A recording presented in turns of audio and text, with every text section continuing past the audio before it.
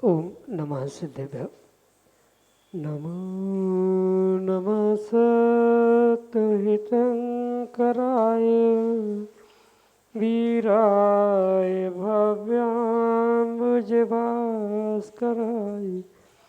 अनंतलोकाय सुराचिताय देवादिदेवाय नमो जिनाय देवादिदेवाय नमो जिनाय।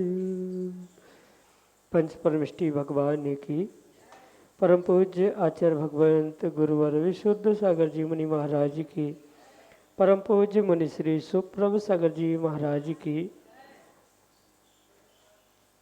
समीचीन विकल्पों का सम्यक समाधान, सम्यक ज्ञान की वह अनूठी विधा जो निश्चित ही हमारे लिए एक अनूठी सुख शांति की अनुभूति कराने वाली होती है, क्योंकि विकल्प भी हमारे मन का होता है और उसका समीचीन विकल्प का सम्यक रूप से समाधान हमें निर्ग्रंथ गुरु से प्राप्त होता है और निर्ग्रंथ गुरु के मुखारविंद से प्राप्त हुआ वह सम्यक समाधान हमारे आत्म कल्याण का पथ प्रशस्त कराने वाला निश्चित ही बन जाता है। क्योंकि परम पूज्य आचार्य भगवंत गुरुवर विशुद्ध सागर जी महाराज के मंगल सुभाषित से परम पूज्य मुनि श्री सुप्रभ सागर जी महाराज द्वारा जो आगम के परिप्रेक्ष्य में सम्यक समाधान हमें प्रदान किया जाता है वह निश्चित ही हृदय की गहराइयों को छूने वाला होता है और वही हमारे लिए एक आत्म अनुभूति सुख शांति की अनुभूति कराने वाला होता है।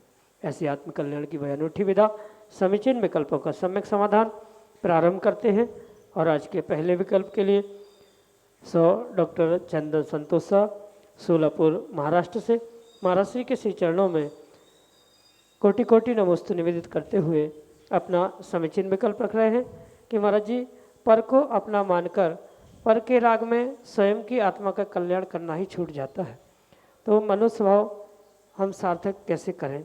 हमारे समीचीन विकल्प का सम्यक समाधान करने की अनुकंपा करें। नमोस्तु महाराज जी, नमोस्तु। ओम नमः सिद्धम। परम पूज्य आचार्य भगवान गुरुवर विशुद्ध सागर जी महाराज की, परम पूज्य मुनि श्री सुप्रभ सागर जी महाराज जी की। पर को स्व मानना यही संसार का बहुत बड़ा दुख का कारण है।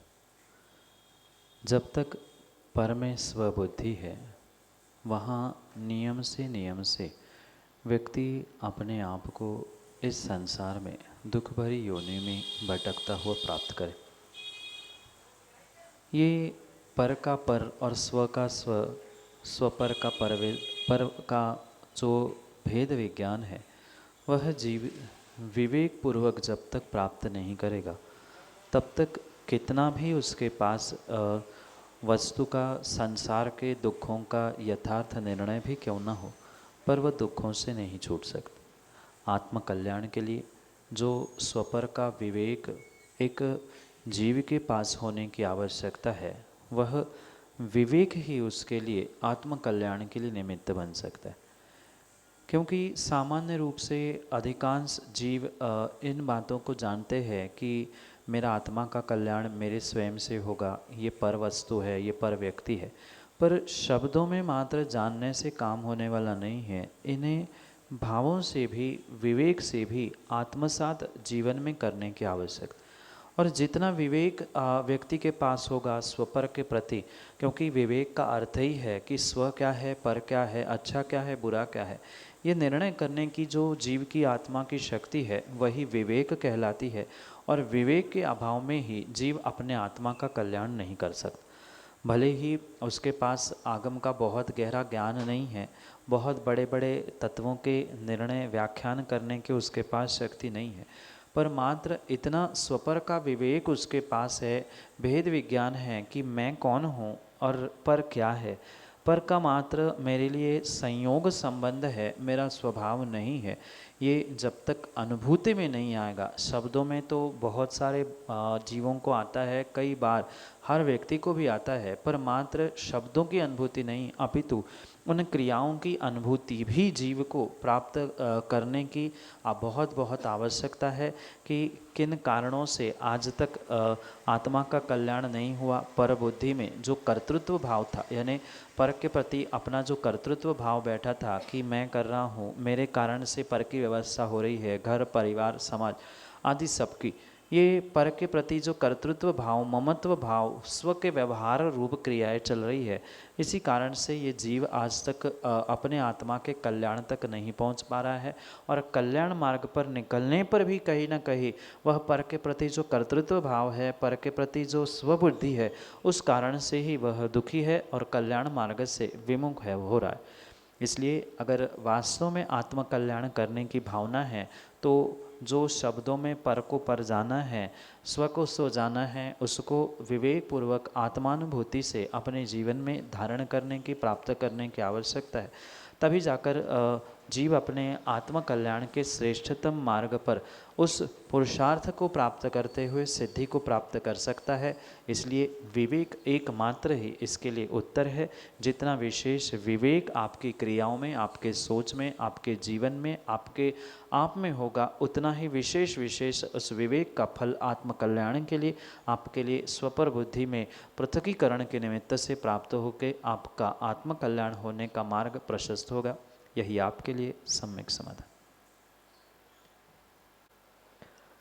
संभव जैन घुआरा मध्य प्रदेश से महाराज जी के चरणों में नमस्ते निवेदित करते हुए अपना प्रश्न रख रहे हैं कि महाराज जी, सपने में गुरु के दर्शन होने का क्या फल है? हमारे समीचीन विकल्प का सम्यक समाधान करने की अनुकंपा करें। नमस्ते महाराज जी, नमस्ते। सपने में या जागृत अवस्था में भी गुरु के दर्शन होना, ये एक बहुत बड़ी श्रेष्ठतम बात है। और विशेष करके अगर स्वप्न आदि में कुछ ऐसे समय पर, मतलब जिसे ब्रह्म मुहूर्त कहा जाता है, ऐसे समय पर दिन के प्रारंभ में गुरु का, दिगंबर गुरु का दर्शन होता है, तो वास्तव में आने वाले श्रेष्ठतम कार्य का वह एक सूचक निमित्त मात्र हो सकता है। होना तो व्यक्ति के अपने पुण्य पाप उपादान से ही कार्य की सिद्धि, श्रेष्ठतम कार्य आदि देखे जाते, पर उसके लिए गुरु के दर्शन आदि ये निमित्त नैमित्तिक संबंधों से सिद्ध होता। इसलिए ये निर्णय करे कि गुरु का प्रत्यक्ष परोक्ष रूप से स्वप्न में भी दर्शन हुआ है, तो ये वास्तविकता में आने वाले शुभ कार्य के लिए एक अच्छा संकेत के रूप में स्वीकार किया जा सकता है। पर यह भी ध्यान रखें कि गुरु का दर्शन जो स्वप्न में हुआ है वो किस अवस्था में हुआ है, ये भी मायने रखता है। क्योंकि दिगंबर मुनि मात्र और मात्र उनकी दिनचर्या का पालन करते हुए श्रावक की स्वप्न में या अन्य कार्यों में उसे दिखाई दे तो ही उसे आगम में आचार्य भगवंतों ने शुभ कहा है। अन्यथा कुछ विपरीत कार्य करते हुए, मतलब निर्ग्रंथ मुनिराज किसी प्रकार से विश्राम करते हुए, किसी परिचय को सहन करने के कारण से दुखी उदास बैठे हुए, या बहुत ज़ोर ज़ोर से अट्टहास हास्य कषाय करते हुए भी दिखाई देते हैं, तो ये सब कुछ अशुभ संकेत हुआ करते हैं। उन जीवों को उसके निमित्त से शांति कर्म करने की आवश्यकता, प्रायश्चित आदि ग्रहण करने की आवश्यकता है। सामान्य रूप से मुनिराज विहार करते हुए, आहार करते हुए, शास्त्र पठन पाठन करते हुए, उपदेश करते हुए, आशीर्वाद देते हुए या सामायिक करते हुए, ऐसे अपने आवश्यकों का पालन करते हुए शुभ क्रियाओं में लीन है। इन मुद्राओं में अगर श्रावक देखता है तो ये उसके लिए शुभ संकेत है, श्रेष्ठ समय, श्रेष्ठ कार्य की एक सूचना के रूप में वह कार्य स्वप्न में संकेत के रूप में प्राप्त हो सकता है। पर विपरीत रूप से अगर कुछ उनकी मुद्रा दिखाई दी है, विपरीत कार्य करते हुए उन्हें देखा गया है, तो उसके लिए प्रायश्चित लेते हुए शांति कर्म आदि करने की आवश्यकता है। ये आपके अशुभ का संकेत हो सकता है। यही आपके लिए सम्यक समझ। श्रीमती मीनाक्षी जैन, ऋषिनगर, उज्जैन, मध्य प्रदेश से अगले समीचीन विकल्प। चरणों में त्रयवार नमोस्तु नमोस्तु नमोस्तु। गुरु, मेरी शंका ये है कि अंतिम संस्कार में शमशान में महिलाएं क्यों नहीं जाती? कृपया शंका का समाधान कीजिए। नमोस्तु। कुछ परंपरा, कुछ रूढ़ी जो वर्तमान में हमारे या अनेक धर्मों के निमित्त से प्राप्त होती है, उसका ये प्रतिफल है कि अंतिम संस्कार आदि के समय पे महिलाओं को दिल्ली के बाहर घर से कहीं अन्यत्र शमशान घाट आदि पहुंचने की आज्ञा नहीं है। अगर इसका दूसरा पहलू भी देखा जाए रूढ़ी के परंपरा के अलावा भी, तो सामान्य रूप से महिलाओं को बहुत जल्दी दुख होता है या वो अपने आप को संभालने के लिए उतने सक्षम नहीं हो पाते जितना कि एक पुरुष कितनी ही विपरीतता, कितने ही कष्ट, दुख आने पर अपने आप को संभालने की शक्ति रखता है, उतनी शक्ति सामान्य रूप से महिलाओं में नहीं देखने में आती। हो सकता है वहाँ किसी अपने इष्ट व्यक्ति को चिता पर, अग्नि पर जलते हुए वो कुछ विपरीतता को प्राप्त ना कर ले, क्योंकि पूर्व काल में कुछ परंपरा सती के रूप में भी चलती थी। पति के अंतिम संस्कार के समय पे पत्नी ही उस चिता पे कूद जाती थी या पहुंचाया जाता था। तो हो ना हो ऐसा कुछ ना हो, वहाँ पहुंचकर पुनः विपरीतताएं ना हो, वो और दुख शोक में डूबकर कुछ अपने जीवन के साथ विपरीतता ना कर ले। इस कारण से भी हो सकता है महिलाओं को शमशान में अंतिम संस्कार के स्थान पर ले जाने के लिए निषेध आदि किया हो, पर इसके अलावा ऐसा कोई आगम में विधान नहीं है। एक तो रूढ़ी परंपरा और दूसरी बात ये तर्कों से यही सिद्ध हो सकती है, अन्य नहीं, अन्यथा नहीं। सुनील कासरीवाल, उज्जैन, मध्य प्रदेश से अगले समीचीन विकल्प। नमोस्तु महाराज श्री, नमोस्तु महाराज श्री।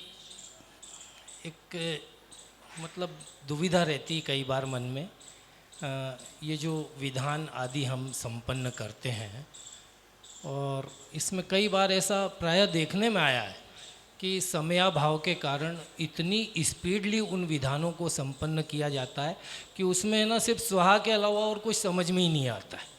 तो महाराज जी, ये मतलब कहाँ तक उचित है? मतलब इसका कोई प्रतिफल भी फिर मिल पाता है या नहीं, जो श्रावक विधान में बैठे हैं, पूजा में बैठे हैं? क्योंकि एक बार पहले भी ऐसा हो चुका है, हालांकि खैर वो जेन्युइन कारण था, कोविड का काल था, विधान चल रहा था और अचानक सरकार ने घोषणा कर दी थी कि फलानी तारीख से सब कुछ बंद। तो वो शेष बचे हुए 3 दिन का विधान 1 दिन में संपन्न करा था। तो ये सब फलदायी है या नहीं, बस ये जिज्ञासा है। यह तो परम सत्य है कि देव शास्त्र गुरु की आराधना, पूजन, पाठ, विधान आदि भी जितनी भावों की विशुद्धि के साथ करेंगे उतना ही उसका विशेष विशेष फल मिलेगा। जैसे कि बड़े बड़े विधानों में संगीत, गीत आदि के निमित्त से, समयाभाव के कारण से या अन्य भी बहुत सारे ऐसे निमित्त सामने उपलब्ध होते हैं, जिन कारणों से कई बार ऐसा देखने में आता है कि विधान का स्पीड या पूजा पाठ आदि का अर्घ्य चढ़ाने का स्पीड अधिक होने के कारण से कुछ विधान की महिमा या इन क्रियाओं को क्यों किया जा रहा है ये समझ में प्राय करके नहीं आता। पर ये भी समझना कि अगर समझाते हुए अगर महीने भर का विधान करने का भी संकल्प किया जाए तो शायद 50 में से 5 या 10 ही लोग वहाँ पर विधान में बैठेंगे।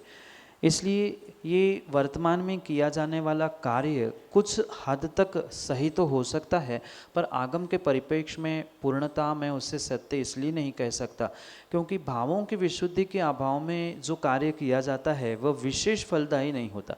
क्योंकि भगवान अरिहंत की पूजा है, विधान है, वह किसी भी प्रकार से किया है वो तो व्यर्थ तो जाने वाला है नहीं है। आपने मात्र स्वाहा स्वाहा करते हुए भी मंत्रों के द्वारा उसका कार्य क्रियान्वित किया है, विधान पूर्ण किया है, तो भी वह व्यर्थ जाने वाला बिल्कुल भी नहीं है। क्योंकि हम अरिहंत के सामने इतने समय तक बैठे हैं, हमारा शुभ योग है, शुभ उपयोग है, भले ही हमें आत्मसात कुछ भी नहीं हो रहा हो, पर शुभ क्रिया, शुभ परिणति, शुभ परिणाम आदि के निमित्त से कम हम 5 घंटे 4 घंटे या जितना भी समय वहाँ दे रहे हैं, अशुभ से बचे। ये एक प्लस पॉइंट उसमें हो सकता है, पर हाँ ये भी आवश्यक है कि वही उसकी गति थोड़ी मंद हो जाए, कुछ उसका अर्थ हम भी समझने का प्रयास करें, समझाने वाले भी समझाने का प्रयास करें, तो हो सकता है जो हमें 20, 25, 30% पुण्य मिल रहा है वो 100% मिल सकता है। तो ये आवश्यकता तो वास्तव में है, पर ये वर्तमान का समय अभाव और सबकी प्रैक्टिकलता समझते हुए दिखने में नहीं आता। इसलिए लगभग मैंने जहाँ तक विधानों की श्रृंखलाएँ देखी है, मात्र कोविड आदि की ही नहीं, अभी तो कहीं भी विधान होता है तो आज श्रावकों को इतना समय रहता ही नहीं है। पंचकल्याणक आदि में भी आपने देखा होगा, पहले जब पंचकल्याणक होते थे तो लगभग 1 से सवा महीने की क्रियाएं होती थी। आज उतनी 1 सवा महीने की क्रिया अगर कोई को करने को कहो तो वह कहता है रहने दो, जो भगवान बने हैं कहीं से हम ले आएंगे। तो वह सवा महीने का काल कम करते करते करते 5-6 दिनों में आया है। कई स्थानों में तो वह पूरे 24 घंटे में ही पूरा कार्य निपटाया जाता है, पर यह भी उचित नहीं है। हाँ, भावों की विशुद्धि के साथ अगर मंत्रों की शुद्धता के साथ किया जा रहा है तो दोष नहीं है। आगम में सिद्ध चक्र विधान भी करने के लिए आचार्य भगवंतों ने 1 दिन की भी आज्ञा दी है। अगर जघन्य समय है तो 1 दिन में 24 घंटे में मात्र मंत्रावली के माध्यम से सिद्ध चक्र विधान भी किया जा सकता है। जैसी समय की अवस्था या समय का हमारे पास उपलब्धता समय की होती है, वैसे ही कार्य करते हुए हम कम रिसोर्स में बहुत ज़्यादा प्रॉफिट, बहुत ज़्यादा फैसिलिटीज़ प्राप्त करने का पुरुषार्थ कर सकते हैं। पर फिर भी मैं कहूँगा जितनी स्पीड कम होगी विधान की और अपने भावों की, उतनी ही विशुद्धि बढ़ेगी, और जितनी विशुद्धि बढ़ेगी उतना ही पुण्य प्राप्त होगा। पर ये दूसरा पहलू भी साथ में ध्यान रखें कि हमने की हुई वह क्रिया पूर्ण रूप से व्यर्थ नहीं जाएगी, वह हमारे लिए नरक निगोद से बचाने के लिए कम से कम निमित्त बन रही है। ये भी पंचम काल में क्या कम है, ये समझ के हुए भी इन कार्यों से जुड़ना आवश्यक है। यही आपके लिए सम्यक समझ। श्रीमती आशा सेठी, ऋषिनगर, उज्जैन, मध्य प्रदेश से अगले समीचीन में। तो महाराज श्री नमोस्तु नमोस्तु नमोस्तु। महाराज श्री, मेरी जिज्ञासा यह है कि जब हम शिखर जी की वंदना करने जाते हैं तो वहाँ पर हर टोक पर लिखा रहता है कि भाव सहित वंदना करने पर इतने उपवास का फल लगेगा, पर जब सभी भगवान के गुण एक जैसे हैं तो उपवास का फल अलग अलग क्यों? महाराज श्री नमोस्तु।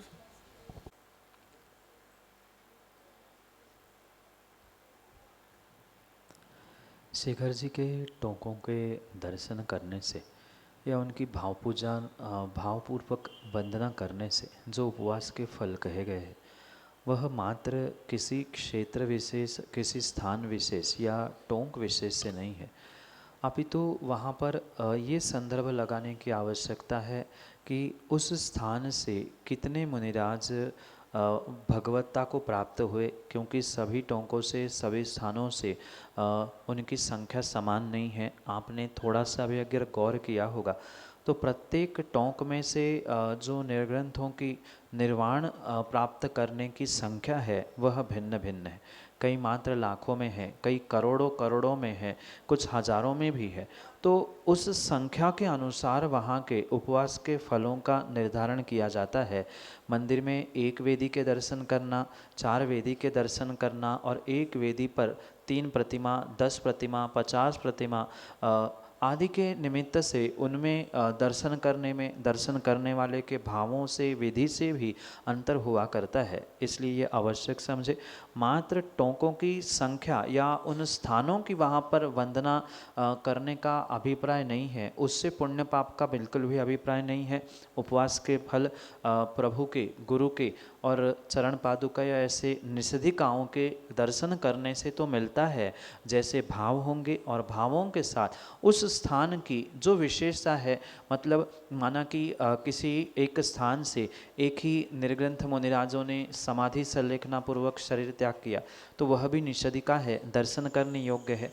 वहाँ दर्शन करने का अलग पुण्य मिलेगा, अतिशय क्षेत्र का दर्शन करने का अलग पुण्य है, सिद्ध क्षेत्र का, निर्वाण क्षेत्र का, शाश्वत शिखर जी का, आदि आदि अनेक भिन्न प्रकार से उन मात्र स्थानों की नहीं अपितु स्थानों पर प्राप्त जो निर्ग्रंथों की भगवंतों की संख्या विशेष है, उनकी विशेष जो तपस्या आदि आदि के निमित्त से भी वहाँ विशेषताएं हो सकती है। और इसी कारण से उनकी संख्या में उपवासों के फलों की संख्या में जो अंतर आता है, ये इसी विशेषता से आता है, क्षेत्र मात्र से नहीं। यही आपके लिए सम्यक समझ। श्रीमती शशि कासलीवाल, उज्जैन, मध्य प्रदेश से अगले समीचीन मतलब करें। मैं नमोस्तु नमोस्तु नमोस्तु। गुरुवर, मेरा प्रश्न यह है कि चातुर्मास में हम हरी पत्ती का त्याग करते हैं, तो क्या हम उस पत्ती को सुखा के फिर यूज़ में ले सकते हैं, मतलब हमारे लिए भी और आप लोगों के लिए भी? चातुर्मास में हरी पत्ती आदि आदि का त्याग करना ये बहुत श्रेष्ठ कार्य है। मात्र आगम के परिप्रेक्ष्य में ही नहीं, अपितु विज्ञान भी ये स्वीकार करता है कि सावन भादो इस समय जब बहुत पानी गिरता है, वह नया आया हुआ पानी हरी फल सब्जी पत्ती आदि सबके निमित्त से कहीं न कहीं शरीर में पहुंचकर इन्फेक्शन उत्पन्न करने के लिए, रोग बीमारी बनाने के लिए निमित्त अवश्य ही बनता है। इसलिए हमारे आचार्यों ने जो त्याग का क्रम भी चातुर्मास में या वर्षों के 12 महीने के निमित्त से कहा है, उसको भी समझते हुए अगर विवेकपूर्वक श्रावक साधु आदि उन सामग्री का त्याग करे, सेवन से अपने आप को दूर रखे, तो वह वर्ष भर स्वस्थ रह सकता है। पर आवश्यकता माँ ये नहीं है कि सबकी सहन शक्ति, सबकी व्यवस्था एक समान हो, क्योंकि अधिकांश स्थानों पर यही देखने में आता है कि पर्युषण हो या अष्टमी चतुर्दशी आदि दिनों में व्यक्ति तो यही कहता है कि हम श्रावक हरि नहीं खाते हैं, मुनिराज कैसे हरि खा सकते हैं, हम जब उपास कर रहे हैं तो महाराज को भी उपास करना चाहिए। तो किसी प्रकार से ये तुलना किसी के साथ ना करते हुए व्यक्तिगत रूप से व्यक्ति को अपनी स्वयं की शारीरिक मानसिक स्थिति क्या है, सामने वाला व्यक्ति चाहे मुनिराज हो त्यागी व्रती हो, उसके स्वास्थ्य की, उसकी व्यक्तिगत व्यवस्था क्या है, ये सब कुछ समझते हुए ही इसका निर्णय करने की आवश्यकता है। बहुत अच्छी बात तो यही है, जब हरी पत्तियों का या हरी सामग्री का त्याग कर ही दिया है तो उसे आवश्यकता नहीं है, तो सुखाकर भी खाने की आवश्यकता नहीं है। हाँ, कुछ दवाई के रूप में जिनको उस औषधि के बिना या सामग्री के बिना नहीं चल रहा है, जैसे उस हरी पत्ती या हरे द्रव्य के हरी सामग्री के बदले में डॉक्टर ने कहा कि आपको एक इंजेक्शन लेना पड़ेगा या 10 दिन दवाई खानी पड़ेगी, उससे तो कई गुना श्रेष्ठ है वह हरी पत्ती या हरी सामग्री का सेवन करते हुए उस व्यक्ति को, उस त्यागी व्रती को ठीक कर लेना। ये फिर भी दवाई खाने और खिलाने की अपेक्षा से श्रेष्ठ है। इसलिए ये विवेकपूर्वक जीव को निर्णय करना होगा कि सबका त्याग एक समान नहीं हो सकता और सबको वह त्याग का बंधन भी नहीं बांधा जा सकता। ये इसलिए कहना वर्तमान में आवश्यक है कि व्यक्ति अपने नियमों को दूसरों पर भी लागू कराने का पुरुषार्थ करता है, और कहीं न कहीं वैसे नियम जब सामने वाला व्यक्ति, घर का भी कोई व्यक्ति नहीं लेता, आज के युवा, आज के बालक नई शक्ति रख सकते, तो उनके प्रति भी हीन भावना आती है, फिर त्यागी व्रतियों के प्रति भी हीन भावना आने की संभावना हो सकती है। इसलिए ये समझते हुए बहुत अच्छी बात है, 4 महीने के 2 महीने पहले, मतलब सावन और भादों के 2 महीने तो पूर्ण रूप से हरि का त्याग ही करना चाहिए। पर त्याग करते समय सामने वाले की और अपनी स्वयं की भी शक्ति क्या है, उस त्याग के चक्कर में पता चला कल 4 बॉटल लगानी पड़ी, 2 इंजेक्शन लेना पड़े, तो वो भी किसी प्रकार से उचित नहीं है। उससे अच्छा है कि हम उन सामग्री को सेवन करते हुए पुनः कभी गुरु के पास पहुंचकर प्रायश्चित ले ले। आवश्यकता है बहुत ज़्यादा तो उसे सुखाकर भी ले ले, कोई दोष नहीं है, और सुखा के ना भी ले पुनः उसका प्रायश्चित तो फिर भी कम मिलेगा, क्योंकि छोटा सा नियम था, पर बॉटल चढ़ाने का, साक्षात दवाई इंजेक्शन आदि का बहुत बड़ा प्रायश्चित लेने की अपेक्षा से ये कार्य करना श्रेष्ठतम हो सकता है। बिल्कुल ऐसे ही सामने वाले त्यागी व्रती की भी क्या शारीरिक स्थिति है, उसके लिए अगर दवाई के रूप में हरी पत्ती ही चलाने के लिए डॉक्टर ने कहा है, जबकि उनका हरी पत्ती का त्याग होने पर भी उनको देने की आज्ञा है, तो गुरु के प्रायश्चित द्वारा या गुरु के आदेश के द्वारा उसका सेवन वे कर भी सकते हैं। इसलिए वह सामने वाले त्यागी व्रती की, मुनिराज की क्या स्थिति है, शारीरिक मानसिक आदि सब कुछ समझते हुए ही, उस तात्कालिक अवस्था विशेष को समझते हुए ये निर्णय किया जा सकता है। ऐसा सर्वथा सबके लिए एक सा नियम आगम में भी आचार्य भगवंतों ने नहीं कहा। किसी भी मूलाचार ग्रंथ में, किसी भी श्रावकाचार ग्रंथ में ऐसा प्रत्येक जीवों के लिए बंधन कारक नहीं लिखा कि इस समय में इसका त्याग ही करना चाहिए। हाँ, शक्ति है तो श्रेष्ठतम बात है, नहीं है तो अपनी शक्ति के अनुसार शक्ति त्याग और शक्ति तप, इन दोनों का प्रदर्शन करते हुए जीवों को पुरुषार्थ करना चाहिए। क्योंकि कहीं न कहीं पत्ते सुखाकर या हरी सामग्री सुखाकर खाने में कहीं न कहीं राग है। जितना राग साक्षात हरी पत्ती खाने का या हरी सामग्री खाने का नहीं है, उतना पुरुषार्थ, उतना आराम साराम उसे सुखाने में, उसे सुरक्षित करने में, पुनः उसका प्रयोग करने में उतने दिनों तक उसका आश्रव जारी होगा। 4 दिन 8 दिन पहले से, चतुर्मास के या दशलक्षण के पहले से हरी सुखाई जाती है, तो 10 दिन पहले से उसका आश्रव प्रारंभ हो जाता है। प्रयोग करेंगे तो खाने का भी दोष लगा, तो उससे अच्छा है अपने शक्ति के अनुसार, अगर हम पूर्ण रूप से त्याग ही नहीं पा रहे हैं तो बहुत अच्छी बात है, हम उसको सेवन ही ना करें, और नहीं कर पाते हैं तो अपने शक्ति को देखते हुए उसका परित्याग करें, उसका सेवन आदि करने का निर्णय करें। ऐसा बंधन ना साधुओं पे है, ना ऐसा बंधन श्रावकों पे है कि ऐसा ही करने से वे महाव्रती, अणुव्रती या श्रावक कहलाएंगे। शक्ति त्याग और शक्ति तप को समझते हुए अपने शक्ति के अनुसार ही इन सामग्रियों का त्याग करें।